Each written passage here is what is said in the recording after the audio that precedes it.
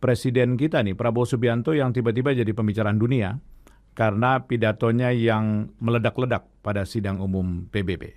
To close, I would like to reiterate again Indonesia's complete support for the two-state solution in Palestine.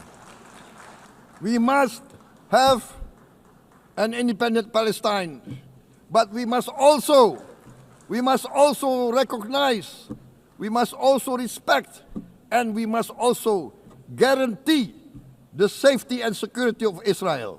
The only solution is this two-state solution. Two descendants of Abraham must live in reconciliation, peace, and harmony.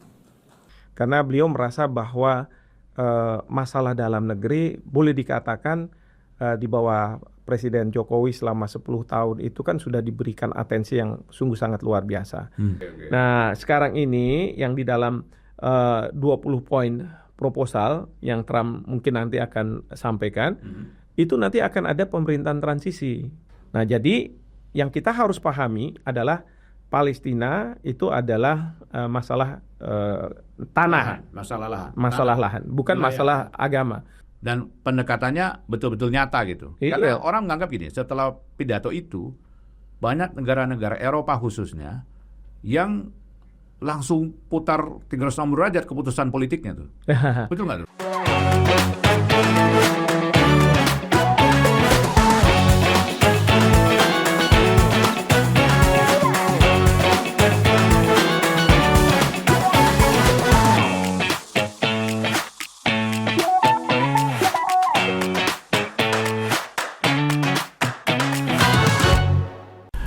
Selamat datang di Ruang Suara The Podcast. Saya Maulana Isnarto. Di edisi kali ini kita akan ngobrol soal presiden kita nih, Prabowo Subianto, yang tiba-tiba jadi pembicaraan dunia karena pidatonya yang meledak-ledak pada sidang umum PBB. Khususnya ketika beliau menawarkan solusi untuk perdamaian dan two-state solution di Palestina dan Israel. Dan itu mendatangkan banyak sekali respon, dan kalau tidak salah hari ini atau kemarin waktu Amerika itu ada proposal perdamaian antara Donald Trump dengan Netanyahu yang mereka bertemu di Gedung Putih. Saya akan membahas dengan, ini pasti nggak asing lagi nih, Profesor Hikmanto Yohan, pakar hukum internasional, yang akan kita coba tanya-tanya soal ini. Bukan meledak-ledak, jadi menggelegar.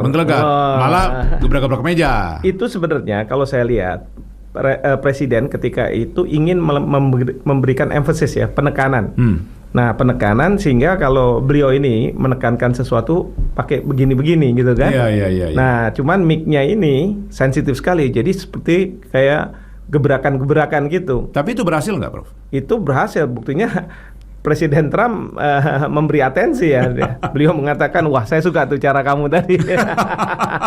Tapi gini, ini menariknya gaya presiden kita Prabowo Subianto ini semenjak beliau jadi presiden, suka sekali mendapatkan atensi dunia terhadap keputusan-keputusan kebijakan luar negerinya sebenarnya. Apa yang Prof lihat dari gaya main politik luar negeri dari Presiden Prabowo Subianto? Jadi sejak awal memang terlihat bahwa passion beliau ketika menjadi presiden itu adalah pada masalah-masalah luar negeri.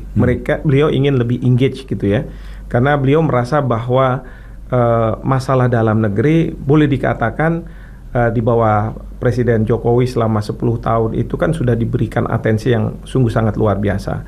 Nah, beliau memunculkan memang program-program unggulan yang berharap bahwa para menterinya nantinya yang harus mengerjakan itu, sehingga beliau ingin lebih tampil dalam forum-forum internasional dan kemudian berinteraksi dengan petinggi-petinggi dari berbagai negara, bahkan juga mencari solusi atas permasalahan-permasalahan yang ada di dunia. Dan beliau selalu mengatakan kan bahwa yang namanya perang itu jangan kita nafikan, bahwa perang itu selalu ada di depan mata kita. Bahkan pada titik tertentu beliau juga mengatakan menurut pakar yang beliau kutip bahwa perang dunia ketiga itu ada di depan kita. Nah, oleh karena itu saya sejak awal melihat bahwa beliau ini sangat engage dengan masalah internasional, Lalu beliau sangat kadang formal, kadang informal ketika bertemu dengan pimpinan dari negara lain, bahkan juga bisa langsung angkat telepon, berbicara. Oh iya betul. Ya. Beberapa kali itu memang terlihat di sosial media ya. Betul sekali. Bagaimana dan beliau juga memperlakukan para tamunya itu dengan suatu sambutan yang sangat luar biasa. Kalau kita perhatikan pada masa-masa presiden sebelumnya, sebelum Prabowo, penyambutan tamu memang spesial, tetapi tidak luar biasa begitu. Tapi kalau ini kan sangat luar biasa. Di istana ada pas pampres yang berpakaian yang agak berbeda gitu ya. Lalu kemudian juga beliau mau berpartisipasi kalau misalnya hari besar di India, kemudian di Perancis kan menyumbang pasukan kita. Iya betul. Bahkan untuk di Cina beliau bersedia untuk datang. Meskipun memang ada sesuatu di dalam negeri dan beliau di sana cuma beberapa jam saja, langsung kembali. Dan sempat baris kan? Sempat baris. Pemimpin kontroversial dunia kan gitu. Berjalan gitu ya. Ada Kim Jong Un dan segala. Dan itu headline loh. Headline. Kan? Prabowo Subianto, Xi Jinping, Putin, Kim Jong Un. Nah, itu kan sungguh sangat luar biasa itu. Lepas dari siapa beliau berdampingan, tapi kan orang melihat bahwa wah ini bisa-bisa the next tiger gitu kan? Iya betul. Nah seperti itu, bahkan waktu kemarin Qatar diserang, itu beliau terbang langsung ke Doha ya, untuk beberapa jam aja untuk memberikan penguatan. Memberikan pesan kepada negara yang menyerang Israel bahwa kita berada di belakang Qatar terkait dengan masalah ini. Tapi menariknya tuh Pak Prabowo Subianto, Pak Presiden itu di sidang umum PBB itu nggak hanya bicara soal Palestina, tuh nggak ditemui memang banyak pemimpin negara, tapi yang menarik aja nih sebelum kita masuk pada substansinya nanti, yang menarik itu Infantino juga berkunjung. Presiden FIFA kan?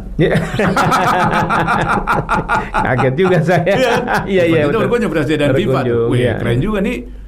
Jarang dan nggak pernah loh. Tiba-tiba Presiden FIFA datang temui Presiden kita ketika ada di New York kan gitu. Itu menurut Profesor apa sinyal ditangkap? Karena orang mulai munculkan teori-teori cocok logi nih. Lolos nih Piala Dunia nih. Saya nggak tahu persisnya ya, tapi kan apakah Presiden FIFA ini kebetulan ada di sana, atau Presiden FIFA ini ada kepentingan untuk bertemu dengan Presiden Prabowo sehingga meluangkan waktu secara khusus untuk ada di sana. Kantor FIFA itu di Swiss ya? Di Swiss, makanya itu. Berarti dong sengaja dong? Saya juga nggak tahu, makanya itu. Ya kan, apakah... Ya saya nggak tahu, ini juga mungkin ada peran dari Pak Erick Thohir juga. Tapi mungkin kan kalau kita bicara bola hari ini kan bukan hanya bicara soal tendang bola lapangan kan. Ini kan bicara industri, bicara internasional geopolitik dan sebagainya. Betul. Tapi pasti bermakna sesuatu ya dalam teori hubungan internasional tuh bermakna sesuatu tuh. Ya, ada sesuatu mungkin yang dibicarakan, kita juga tidak tahu apa yang dibicarakan, tetapi rasa-rasanya dari Presiden FIFA menganggap Indonesia ini menjadi negara yang sangat penting. Dan Indonesia tuh one and only di babak keempat nanti yang bukan dari Timur Tengah. Nah, iya. Ini menjelang tanggal 8 nih, Prof. Pertandingan pertama lawan Saudi Arabia. Ini orang pasti akan mikir-mikir nih gimana, kan gitu ya. Iya, betul. Oke, baik. Mungkin meyakinkan suatu ketika nanti Indonesia bisa jadi tuan rumah untuk pertandingan FIFA. Kan dulu pernah sempat, tapi kan nggak jadi kita bidding. Tapi pada saat itu support pemerintah nggak terlalu besar. Nah, sebenarnya support pemerintah cukup besar, tapi kan masalah waktu itu karena ada tim Israel yang akan bermain. Itu Piala Dunia U20. U20, ya untuk yang U20 maksud saya kan, yang penting kan ada event yang di akhirnya kita dikasih U17 kan waktu itu Piala Dunia kan U17. Nah itu kan mungkin harapannya mungkin gini nanti. Ini harapan saya sebagai pecinta bola aja nih bro. Ini bilang oke, Piala Dunia 2034 mungkin Indonesia setelah Arab Saudi. Tapi ya masa nggak masuk Piala Dunia dulu kan? Gitu. Bisa aja bro. Betul. Oke, kita masuk di substansi soal apa yang disampaikan Presiden Prabowo dalam pidatonya yang begitu menggelegar itu di sidang umum PBB. Jadi begini, kalau saya lihat dari garis merah apa yang beliau sampaikan, itu beliau di awal itu menyampaikan bahwa kita manusia kan harusnya sama, setara. Memang kita berbeda warna, begitu kan? Tetapi kita kan sama. Nah, tetapi pada titik tertentu mungkin karena ya kebodohan kita, akhirnya kita dijajah, ya kan? Dan beliau mengatakan, saya bisa merasakan bagaimana rasa dijajah itu. Karena kan memang pengalaman kita di Indonesia, bahkan beliau sampai mengatakan bahwa kita mungkin dianggap lebih rendah atau sama dengan misalnya seekor anjing, ya. Karena saya masih ingat beliau suka pidato di Indonesia yang mengatakan di kolam renang Cikini itu disebutkan. Waktu di kotor dibersihin tuh ya, Prof. Iya, anjing dilarang masuk, ya. Tapi pribumi dilarang masuk. Berarti kan kita selevel. Nah, itu. Jadi ada soal apartheid gitu ya. Nah, saya tadinya awalnya berpikir ini kemana arah pembicaraan ini, begitu kan? Tapi arah pembicaraan ini karena di ujungnya itu beliau mengatakan bahwa Palestina harus merdeka. Ya, bahwa penjajahan itu tidak seharusnya ada. Itu ujungnya. Tapi pada waktu beliau bicara penjajahan, lalu kemudian kita bisa merasakan, lalu bicara soal PBB, ya kan? Betapa PBB ini penting bagi dunia. Tapi kan berbeda dengan statementnya Donald Trump. Nah, itu yang bagus tuh dalam pidato. Is nothing. Iya. Gitu. Ini yang saya bilang pidato ini sangat bagus. Kenapa? Jadi ada kontras. Kalau ada pertanyaan, apakah PBB itu penting bagi dunia? Trump mengatakan tidak. Sementara Presiden mengatakan penting. Apakah climate change itu hoax? Trump bilang iya itu hoax. Bahwa Presiden bilang tidak. Buktinya setiap tahun sea level rise itu permukaan laut selalu naik 5 cm. Maka kita buat seawall. Apakah Palestina berhak untuk merdeka? Kalau Trump bilang kan ini negara-negara Eropa terhadap Hamas bukannya mereka diganjar dengan sanksi, malah diberi hadiah berupa apa? Kemerdekaan Palestina. Nah, ini cara berpikir Trump yang salah. Kemudian Bapak Presiden mengatakan apa? Oh enggak, Palestina itu harus dimerdekakan. Bahkan beliau mengatakan kalau Israel mau kita akui sebagai negara, akui dulu Palestina sebagai negara. Artinya, tapi justru itu yang kontroversi, Prof. Kontroversi karena kan gitu ya. Bagi orang kita ya, bagi orang Indonesia kan kontroversi ketika karena mungkin dipotong kali. Di TikToknya kali dipotong mungkin kan gitu ya. Ketika yang soal Israelnya itu diakui. Karena kan dipotong. Dibilang bahwa Indonesia bisa saja mengakui Israel itu merdeka dan punya hubungan diplomatik dengan syarat Anda akui juga Palestina sebagai sebuah negara. Betul. Itu kan kontroversi di dalam negeri. Enggak, sebenarnya gini, kalau two state solution itu maksudnya apa? Two state solution maksudnya adalah dua negara. Siapa dua negara itu? Israel dengan Palestina. Dan selama ini presiden-presiden kita selalu mengatakan solusi untuk Palestina adalah two state solution. Nah, Presiden Prabowo mengatakan juga two state solution. Bedanya dengan presiden-presiden sebelumnya, Presiden Prabowo itu berani mengatakan bahwa Israel, kamu saya akan akui, saya mau buka hubungan diplomatik, tapi kalau kamu mengakui Palestina. Karena apa? Karena yang namanya Israel itu sangat ingin membuka hubungan dengan Indonesia. Ya. Dan ingat nih, masalah Palestina dengan Israel ini bukan masalah agama. Bukan berarti bahwa sampai kapanpun Indonesia tidak akan mengakui Israel gitu kan? Kita nggak ada masalah dengan Israel sepanjang dia tidak menjajah. Kita punya masalah sama Israel itu karena dia menjajah, karena ini tidak sesuai dengan pembukaan dari Undang-Undang Dasar kita. Kan itu sebenarnya esensi di mana Indonesia memilih politik luar negeri non-blok sebenarnya kan. Jadi kita nggak punya problem dengan negara seperti Israel sekalipun selama tadi garisnya dia tidak menjajah negara lain kan gitu. Betul. Ya kita sebenarnya prinsipnya memang tidak akan punya masalah sama siapapun negara begitu ya. Sepanjang tidak tadi kan menjajah. Sehingga apa? Kita merasa bahwa kalau Israel ingin sekali membuka hubungan dengan kita, fine, kita bisa. Tapi itu dijadikan kartu asnya presiden untuk mengatakan, tapi kamu harus akui Palestina. Nah, kan gitu ya. Jadi kita juga punya bargaining gitu kalau misalnya seperti itu. Jangan kita kosong-kosong aja, punya bargaining. Ada win-win solusi lah. Betul. Kan gitu ya. Tapi gini, yang menarik itu juga Prof, adalah soal di mana tadi kontra yang terbuka disampaikan Presiden Prabowo terhadap Donald Trump dalam pidato-pidato tadi kan. Climate change hoax, kata Pak Prabowo ada kok, ada realnya kan gitu tadi. Kemudian apa tadi yang disampaikan soal PBB berguna, Trump tidak berguna. Itu kan ini kan terbuka sekali di sidang umum PBB. Itu nggak berarti apa-apa ya, karena kita sudah negosiasi berkali-kali atau justru meningkatkan posisi tawar kita, Prof. Ya, jadi gini. yang namanya di sidang itu debat, orang bisa bicara apa aja. Trump bisa bicara kayak begitu. Tapi kalau saya lihat di beberapa negara Amerika Latin gitu, mereka keras maki-maki Amerika Serikat. Prinsipnya boleh aja siap kepala negara, kepala pemerintahan untuk berbicara. Nah, kalau kita lihat pada waktu Trump berbicara, kan beliau mengatakan, wah ini nggak perlu PBB, betul. saya bahkan nggak dapat bantuan, tapi saya menyelesaikan sampai 7 perang di dunia ini, gitu kan, mengglorifikasi lah.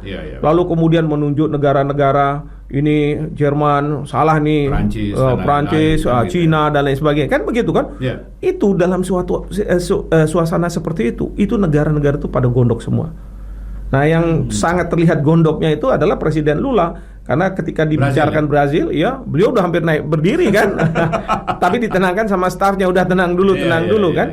Nah, dalam situasi seperti itu mereka udah marah bener sama Presiden Trump, muak dan lain sebagainya. Lalu kemudian muncul kan Presiden Prabowo menyampaikan pidatonya. Nah, ketika beliau menyampaikan kan bertentangan semua atau menafikan apa yang disampaikan oleh Trump. Berarti senang nih? Wah, semua senang, langsung ditepuk tangan. Betul. Itu yang kemudian muncul bahwa presiden kita jadi pembicaraan, ya kan? Artinya kalau misalnya Presiden Trump ngomong kayak begitu, lalu Presiden Prabowo bicaranya datar-datar aja, ngomongnya ya kita semua baik normatif gitu kan? Orang kan bilang ya nggak ada apa-apanya nih. Tapi kalau misalnya setelah Trump bicara kayak gitu kemudian dilawan, gitu kan, orang kan ngerasa bahwa, oh marah saya itu tersalurkan melalui pidatonya Bapak Presiden. Atau jangan-jangan misalnya bahwa Trump berpikir, wah bahaya nih BRICS nih kan gitu. Sayangnya dia nggak ngomong kayak begitu. Mungkin gitu ya Prof ya. Bahaya nih BRICS kan gitu ya. Di Indonesia representatifnya BRICS nih kalau kayak gini, betul-betul terbuka nih gitu ya. Kira-kira bagaimana sikap Amerika selain ini ya? Walaupun kita tahu bahwa dalam pertemuan itu Trump memberikan apresiasi pada Prabowo, tapi Pak Prabowo kayaknya slow-slow aja tuh. Gimiknya namanya? Gesturnya biasa-biasa aja. Bukan yang besar kepala, bukan yang gimana-gimana juga tuh. Menurut Profesor, bagaimana reaksi Amerika setelah ini ya? Ya, yang pasti dari pidato itu Amerika semakin tahu Indonesia itu seperti apa. Semakin tahu bahwa kita BRICS banget. Tapi gini, bukan BRICS banget, tetapi Indonesia sebagai sebuah negara yang sangat penting bagi dunia pada saat ini, yang kebetulan kita punya pemimpin seperti Pak Prabowo. Karena kalau misalnya Indonesia dianggap sangat penting, punya posisi yang sangat strategis dalam percaturan politik dunia, begitu ya. Tapi presidennya datar-datar saja ya nggak akan takut ya. Nggak akan takut. Tapi biasanya dimulai dari, sebenarnya kalau bicara Prabowo Subianto dari Menhan sih sebenarnya. Kalau saya lihat track recordnya, sejak Menhan itu menyampaikan soal anti perang dan sebagainya, tapi perang nggak bisa dielakkan, apalagi presiden gitu. Artinya dengan punya presiden seperti ini, bahwa Amerika akan sangat berhitung nih. Oh sangat. Dan banyak negara juga sangat berhitung. Makanya bukannya tidak mungkin banyak negara itu yang banyak mendekati presiden. Udah kelihatan belum, Prof? Udah mulai kita, dan pendekatannya betul-betul nyata gitu. Karena orang menganggap gini, setelah pidato itu banyak negara-negara Eropa khususnya yang langsung putar 360 derajat keputusan politiknya tuh. Betul nggak tuh? Nggak sih, sebenarnya kalau yang Eropa memang sudah mereka sudah persiapkan, ya bukan karena ada presiden, karena Eropa itu mereka malu sama negara-negara berkembang lah, yang biasanya dulu diceramain tentang hak asasi manusia dan lain sebagainya. Sekarang ada penindasan seperti ini. Kok mereka malah diam-diam aja, tenang-tenang aja. Italia ya, Bro. Italia itu melarang kontingen Israel lomba balap sepeda dunia. Alasannya takut ada respon berlebihan dari warganya. Betul. Itu dia. Belum lagi juga kalau nggak salah Spanyol menghentikan senjata, pengiriman senjata ke Israel, udah nggak boleh lagi gitu kan.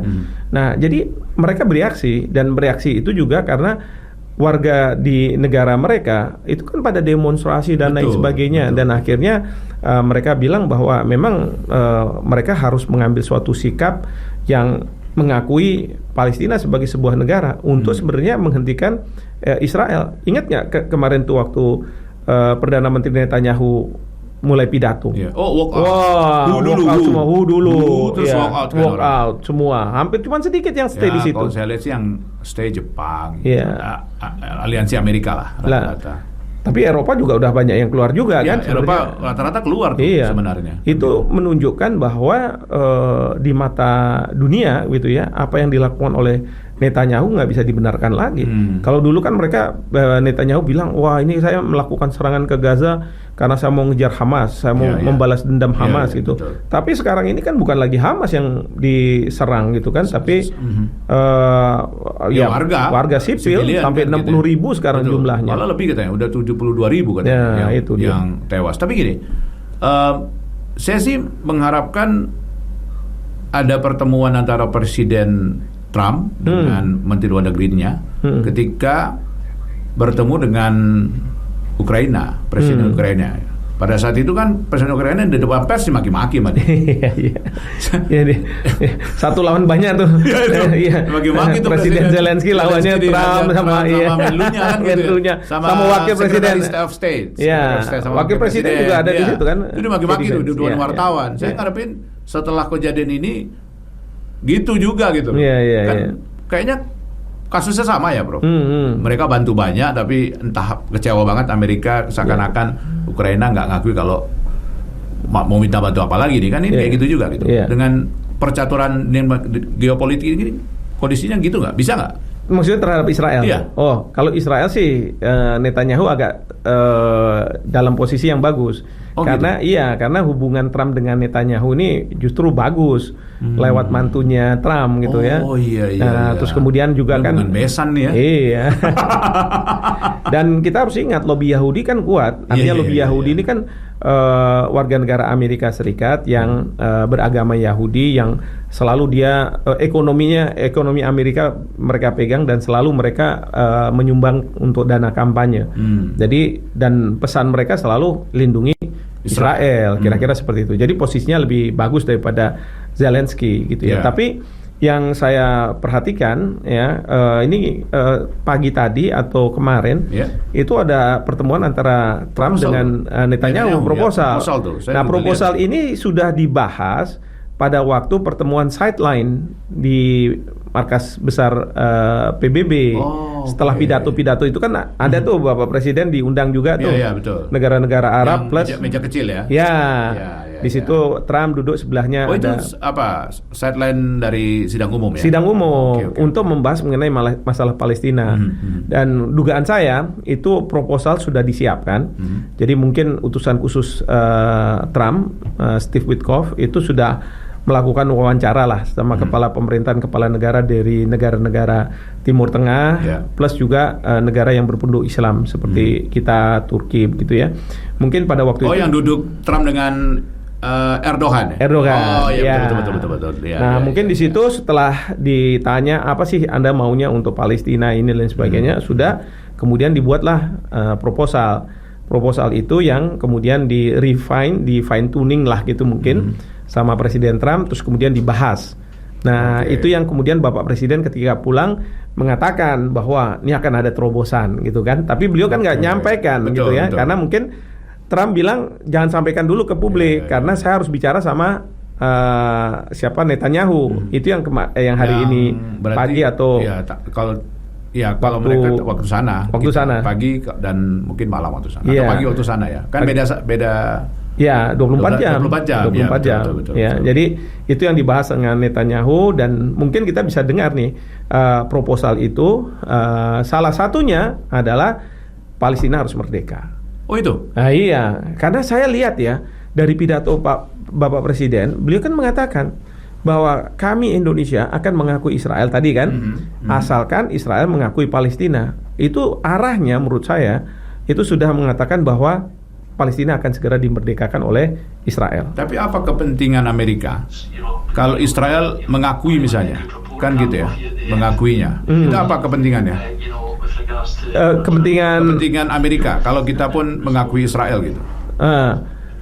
Kepentingan Amerika kalau kita mengakui Israel. Gini, Israel itu selalu minta bantuan Amerika Serikat agar Indonesia mengakui Israel. Normalisasi hubungan. Kan negara-negara Timur Tengah meskipun mereka tidak mendapatkan tanda kutip pengakuan Palestina dari Israel, ini kan sekarang banyak yang sudah punya hubungan dengan Israel. Iya. Termasuk Arab Saudi tadinya sudah mau punya hubungan itu, hanya saja kemudian ada serangan ke Gaza, akhirnya ditunda. Nah, sementara kan kalau kita posisinya kita nggak akan pernah mau punya hubungan dengan Israel kalau misalnya Israel masih belum mengakui Palestina. Tapi yang namanya Israel mencoba terus. Tapi lewat siapa? Lewat Amerika Serikat. Jadi Amerika Serikat itu selalu dimintai bantuan oleh pihak Israel, termasuk untuk ini ya, normalisasi hubungan. termasuk ketika kondisinya begini, maka tetap kita mungkin punya kemungkinan untuk Palestina itu merdeka, ya. Tapi tetap mengakui Israel, tapi di sini minta bantu Amerika terhadap dari kita, kan gitu. Iya. Ini kan saya ambil contoh ya, kira-kira sebulan yang lalu di situ ada berita dari media Israel bahwa Mossad ya itu minta kepada Steve Witkoff agar tolong negara-negara yang akan menerima evakuasi orang-orang Palestina itu difasilitasi, dibantu ya, karena kan waktu itu ada isu bahwa udah dievakuasi, dikeluarkan. Nah, salah satunya kita kan Indonesia, ya udah kita bantu gitu kan. Itu sebenarnya ada keinginan dari Mossad loh, dari Israel, tapi dia lewat Amerika Serikat. Tapi kan nggak terjadi ya, karena alhamdulillah tidak terjadi. Palestinanya nggak mau juga kan gitu. Iya, alhamdulillah tidak terjadi, dan memang nanti dalam proposal yang 20 atau 21 poin itu dikatakan bahwa rakyat Israel tidak akan dikeluarkan dari Israel. Rakyat Palestina tidak akan dikeluarkan dari Palestina. Ya memang kalau nggak salah Hamas itu sebenarnya menuruti semua hasil perundingan, tapi cuma satu aja mereka nggak mau tuh, angkat kaki dari Palestina. Iya, Palestina. Karena betul. Satu itu dia nggak bisa terima apapun alasannya, gitu. Oke, artinya begini, apakah akan ada babak baru hubungan kita dengan Amerika setelah pidato kemarin, apresiasi dari Trump terhadap Pak Prabowo, pertemuan sideline tadi dan sebagainya, serta proposal Amerika Israel? Itu akan ada babak baru soal hubungan internasional kita? Kalau babak baru sih enggak lah, kita masih akan tetap seperti sekarang ini menurut saya ya. Tapi yang pasti adalah hubungan antara Indonesia dengan Amerika Serikat akan mempercepat proses pengakuan Palestina sebagai sebuah negara oleh Israel. Dan kemudian pada akhirnya nanti bukannya tidak mungkin Indonesia akan punya hubungan dengan Israel setelah mereka mengakui Palestina. Oke, tapi gini, yang penting itu kan memberikan pemahaman juga untuk warga negara kita, bro. Israel itu kan nama yang sangat anti gitu nama itu. Apapun alasannya, pokoknya anti gitu. Apalagi ini membuka hubungan diplomatik. Walaupun memang tadi disampaikan bahwa Palestina akan merdeka nih kalau kita ngambil two state solution itu. Bagaimana cara mengkomunikasikannya, kan itu penting, karena reaksinya agak berbeda ini karena masalah kemanusiaan, masalah agama dan sebagainya tuh nyampur dari satu tuh. Jadi gini, yang kita harus pahami, konflik di Palestina dengan Israel ini adalah konflik berkaitan dengan masalah tanah. Jadi sama sekali bukan konflik agama. Ya, kenapa masalah tanah? Karena Israel yang dulu difasilitasi oleh Inggris masuk ke tanah Palestina, mereka kemudian mendirikan negara di atas tanah rakyat Palestina. Nah, ini kan sudah sejak tahun 1948 berjalan terus. Nah, mereka kemudian juga mengambil sedikit demi sedikit dengan melakukan pemukiman terhadap warganya dan lain sebagainya. Sehingga apa? Tanah rakyat Palestina semakin lama semakin mengecil. Sementara Palestina sendiri kan diduduki oleh yang namanya Israel, dijajah oleh yang namanya Israel. Nah, ini yang terus kemudian rakyat Palestina berjuang untuk mendapatkan tanahnya kembali. Ya, bukan berkaitan dengan agama, mendapatkan tanahnya kembali. Dan kemudian didukung oleh kita Indonesia karena ini dianggap sebagai penjajahan. Nah, jadi yang jadi permasalahan itu adalah masalah tanah. Jadi jangan sampai ya, memang sih orang banyak mengatakan Israel itu identik dengan Yahudi, padahal belum tentu. Karena apa? Dari orang Yahudi itu ada juga yang berpandangan bahwa tidak seharusnya Israel orang Yahudi itu punya negara. Jadi ada yang ortodoks itu mereka bilang nggak setuju. Tapi kan kita pernah tahu juga bahwa di Israel itu sempat demo besar juga kan, menuntut Netanyahu turun karena kalau berlebihan menyerang. Ya, itu termasuk itu ya. Ya, itu lain lagi itu ceritanya. Karena mereka merasa bahwa kalau serangan ini terus dilakukan, itu kalau mereka berpergian ke luar negeri, ketemu sama warga setempat tuh marah sama Israel, sama Netanyahu. Tapi dilampiaskan ke warganya, sehingga warganya itu merasa bukannya saya tambah aman, tambah selamat, tapi malah justru diganggu gitu kan. Jadi saya nggak kepingin nih Netanyahu melakukan itu, dan ya mereka kepingin supaya pemerintahannya ganti pemerintahan, ganti kebijakan, ya kan. Nah, tapi kalau kembali ke cerita bahwa belum tentu semua orang Yahudi itu akan setuju untuk pendirian negara Israel. Ya. Malah ada yang berpendapat bahwa seharusnya Yahudi tidak punya negara. Iya. Dan mereka diaspora. Artinya dia bisa di mana aja, jadi warga negara Amerika, warga negara Prancis, warga negara Inggris dan lain sebagainya, diaspora. Jadi nggak perlu dia terus kemudian harus punya negara sendiri. Tapi kan yang Zionis itu adalah mereka yang menginginkan bahwa enggak, untuk orang Yahudi kita harus punya negara. Nah, negara itu di mana? Dulu pernah ditawarkan di salah satu tempat di Afrika. Tapi kemudian diambillah Palestina ini. Nah, jadi yang kita harus pahami adalah Palestina itu adalah masalah tanah, masalah lahan, bukan masalah agama. Karena gini, Iran yang katakanlah sering menyerang Israel, di warganya itu ada orang Yahudi juga di sana. Tapi Iran dengan Israel itu beneran perang? Ya, karena gini. Tapi tunggu dulu. Kalau kita analisis masalah geopolitik itu nggak bisa kita bilang negara. Tapi siapa pemerintahnya? Karena waktu dulu sebelum tahun 79 itu kan Iran dipegang oleh Shah Iran, ya kan, sebagai penguasa tertingginya. Nah, pada waktu itu hubungan Iran dengan Israel baik, hubungan Iran dengan Amerika Serikat baik.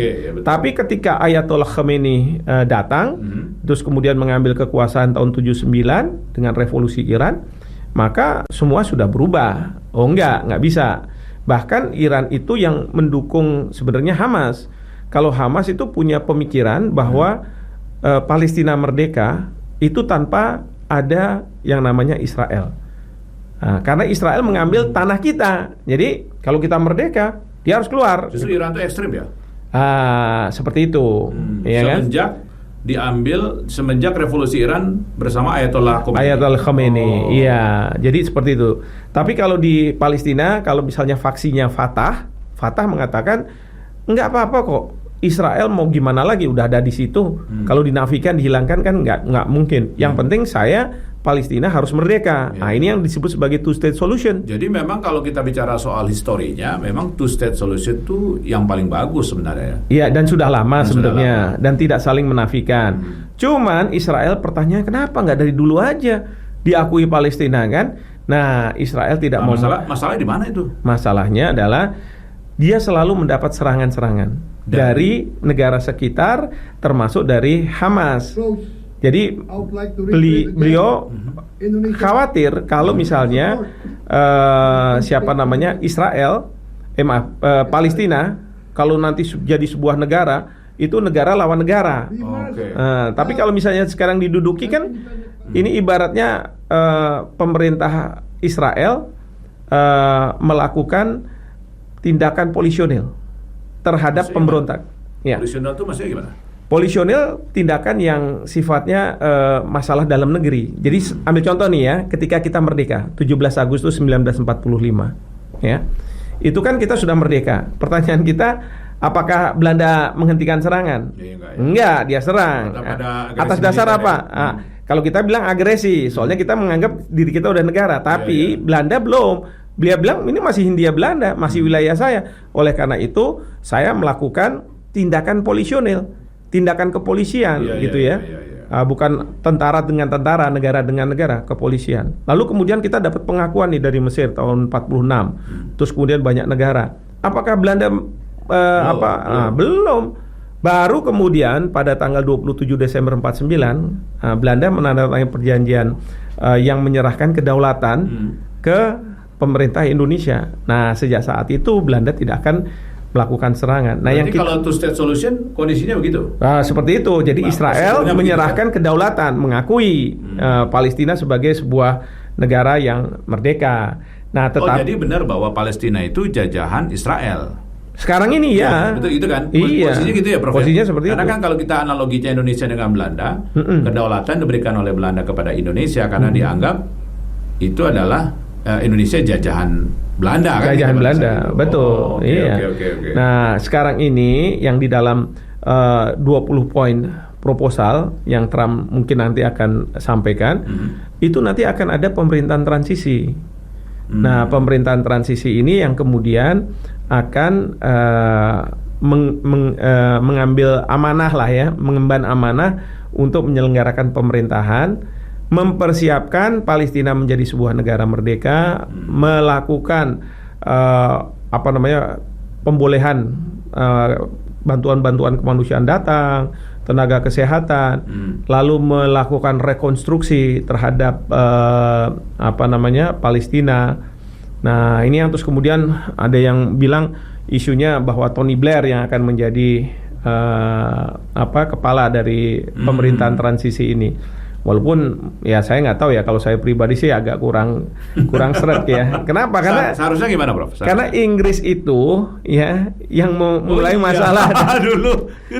Sekarang ini ada orang Inggris lagi nih kan gitu. Masalah baru lagi gitu. Secara histori itu dalam geopolitik internasional harus seperti itu, Prof. Iya, karena katanya kan history repeats itself gitu kan. Iya, betul, jadi mengulang kembali. Nah, kalau saya misalnya di ini kan Indo aja lah. Itu dia. Seandainya Presiden Prabowo sekarang kan sangat dipandang nih, baik Amerika, Israel mungkin, atau misalnya negara-negara Timur Tengah, bahkan negara yang berpenduduk Islam. Kalau Bapak Presiden bilang enggak, saya minta orang Indonesia yang memimpin. Mungkin setuju nih semua negara itu. Setuju. Pasti setuju lah. Betul. Karena kita kan masyarakatnya atau pemimpin yang akan nanti ditunjuk itu mungkin dianggap sebagai ini moderat dan mereka sangat paham tentang situasi Palestina. Nah, nanti mereka yang akan bertanggung jawab dan mereka punya ya harusnya ya kualifikasi pernah memimpin. Saya ambil contoh misalnya Pak JK, Pak SB kan bisa diminta untuk memimpin. Pernah dulu menyelesaikan konflik Aceh dan sebagainya. Itu bisa juga ya. Iya. Selain menyelesaikan, mendamaikan, tapi juga punya pengalaman untuk memimpin, rekonstruksi. Kan harus nanti perekonomian harus dikembangkan lagi dan lain sebagainya. Jadi kalau Bapak Presiden mau mengendorse gitu ya, enggak saya minta si ini, wah mungkin akan bisa diterima. Kalau nggak Prof aja lah. Enggak. Saya cuman levelnya mimpin universitas, jadi rektor, harus naik dong. Belum negara. Katanya kan membangun sebuah negara itu mulai dengan pendidikannya, kan gitu ya. Tapi memang menarik tuh bahwa ini nggak banyak orang tahu juga. Harusnya memang kalau memang di antara 21 butir proposal itu adalah itu, merekonstruksi ulang, mengakui kedaulatan dan sebagainya. Dan prosesnya itu banyak orang tahu tuh bahwa ketika itu ada penyerahan kedaulatan dulu, diakui, kemudian melakukan rekonstruksi, barulah kita akan bicara ke depannya bagaimana gitu ya. Kan gitu ya. Jadi memang nggak sesimpel itu juga ya. Tapi harus dimulai kan. Harus dimulai. Dan Presiden Prabowo sudah menyampaikan secara jelas tuh. Kayaknya one and only kok two state solution disampaikan. Enggak. Ada presiden lain. Presiden lain juga menyampaikan two state solution. Cuman Presiden Prabowo kelebihannya adalah beliau mengatakan two state solution. Lalu kan Israel selalu takut. Kalau two state solution, apa jaminannya bahwa Palestina tidak akan menyerang saya? Seperti sekarang misalnya nggak usah two state gitu ya, bukan state aja saya diserang terus sama Hamas misalnya. Nah, ini Presiden mengatakan bahwa ini masyarakat internasional yang menjamin keamanan Anda. Iya kan? Betul, terus kemudian Presiden juga bilang bahwa nanti kalau misalnya PBB akan memandatkan peacekeeping operation, maka Indonesia kita akan menyumbang sampai 20.000 personil laki-laki dan perempuan. Kan gitu ya. Beliau menyampaikan itu. Jadi itu yang tidak ada di pidato-pidato lain gitu ya. Cuman mereka berhenti sampai di two state solution. Tapi kalau di garantinya disampaikan. Itu kelebihan. Bahkan kita juga berkontribusi terhadap pasukan. Nah, artinya nggak omon-omon kan? Itu nggak boleh dikasih nilai 11 dari 100. Nggak boleh. Mas Didi juga nangis tuh waktu itu. Iya, melihat ayahnya ini betul, ya berpidato seperti itu. Itu suka terlupakan oleh kita. Ada poin 20.000 sumber daya ya manusia yang akan dikirimkan untuk menjamin tidak adanya penyerangan satu sama lain. Betul, gitu ya. Betul. Itu menarik sekali tuh. Mudah-mudahan ini memang jadi kenyataan sih. Karena kayaknya memang Indonesia tuh kalau urusan Palestina tuh yang paling loyal kayaknya. Iya. Dan itu ada dalam hati kebijakan luar negeri Indonesia. Kalau misalnya bicara soal Palestina. Dan kali ini hebatnya presidennya tuh bisa menginterpretasikan dan juga mengekspresikannya clear banget. Oh iya. Iya kan? Mungkin karena kelebihan bahasa Inggrisnya oke.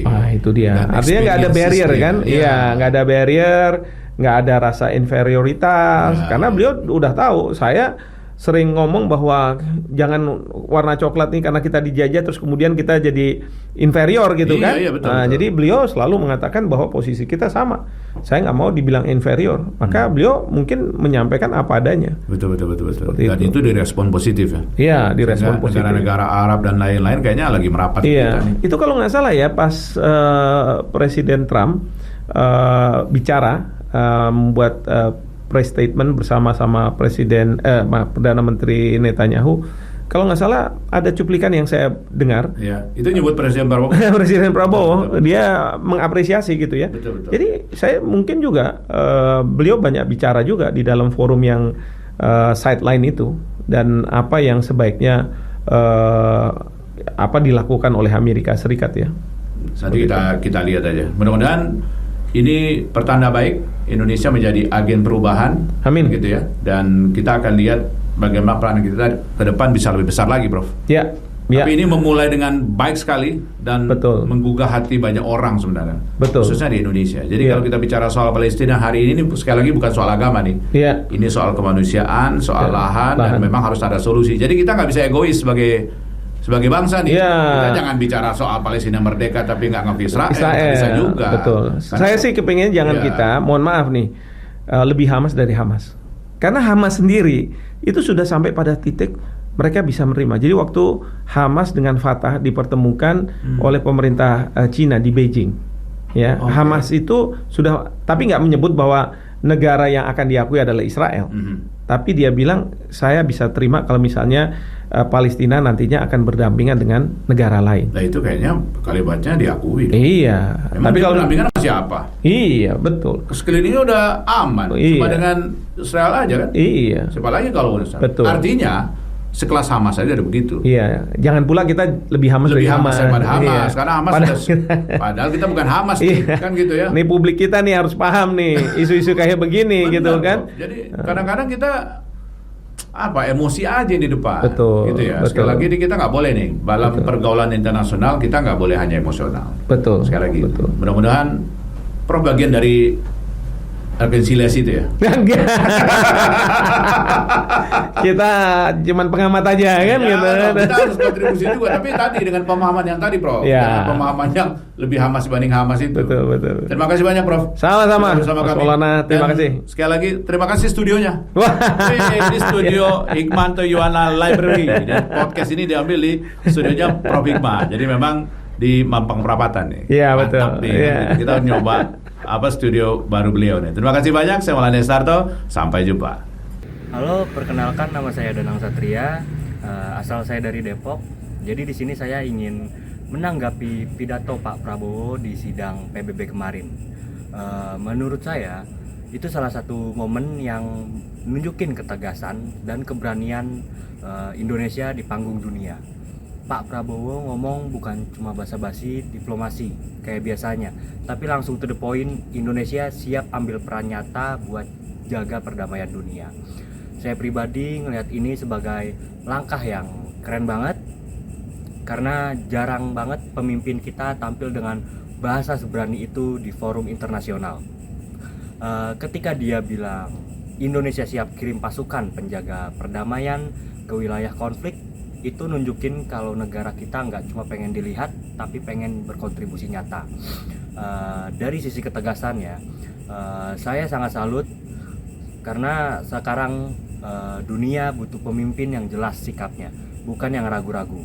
Dan Pak Prabowo lewat pidato itu nunjukin bahwa Indonesia bisa berdiri tegak dengan prinsipnya sendiri, tapi tetap menghormati pihak lain.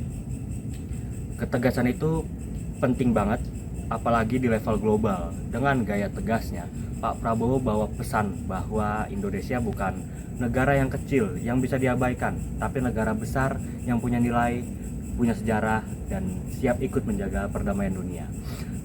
Intinya saya ngelihat pidato Pak Prabowo di PBB itu bukan cuma omongan politik, tapi simbol kepercayaan diri baru buat bangsa kita.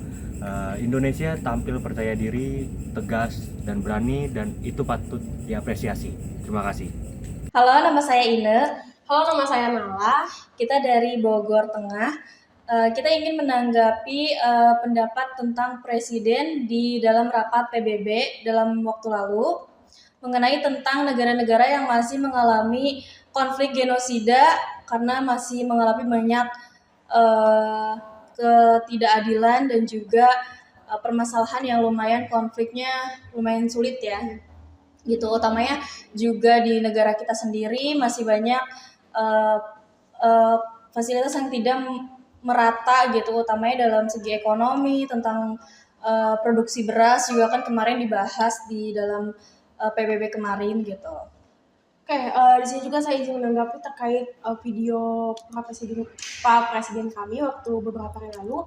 Nah, kalau misalnya kita lihat dari segi bicaranya, beliau ini merupakan salah satu di situ waktu saat itu tegas banget ya, Betul. tegas banget, dan beberapa dari presiden-presiden lain itu nggak berani memotong atau bahkan nggak ada yang mengelak dari penyampaian beliau. Kalau misalnya kalian ngelihat dari isinya, sebenarnya saya pribadi tuh tertarik dengan beliau tuh nyampein tentang itu nyebut-nyebut negara Palestina. Betul. Yang mana kalau misalnya kita tahu negara Palestina itu sampai sekarang, sampai saat ini merupakan negara yang masih Penuh dijajah. dengan konflik juga Konfliknya ya. itu masih banyak sekali.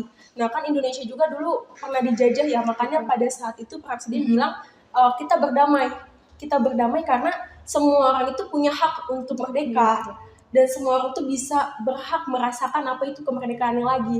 Jadi juga itu Pak Presiden tuh mengajak kepada presiden-presiden lain di negara-negara lain buat ayo sama-sama kita damai, karena kunci dari negara yang aman itu adalah perdamaian gitu. Itu mungkin Utamanya juga untuk memerdekakan Palestina ya. iya. Gitu sih. Kayak itu aja mungkin yang bisa kami sampaikan Iya, betul. terkait tanggapannya. Terima kasih. Terima kasih.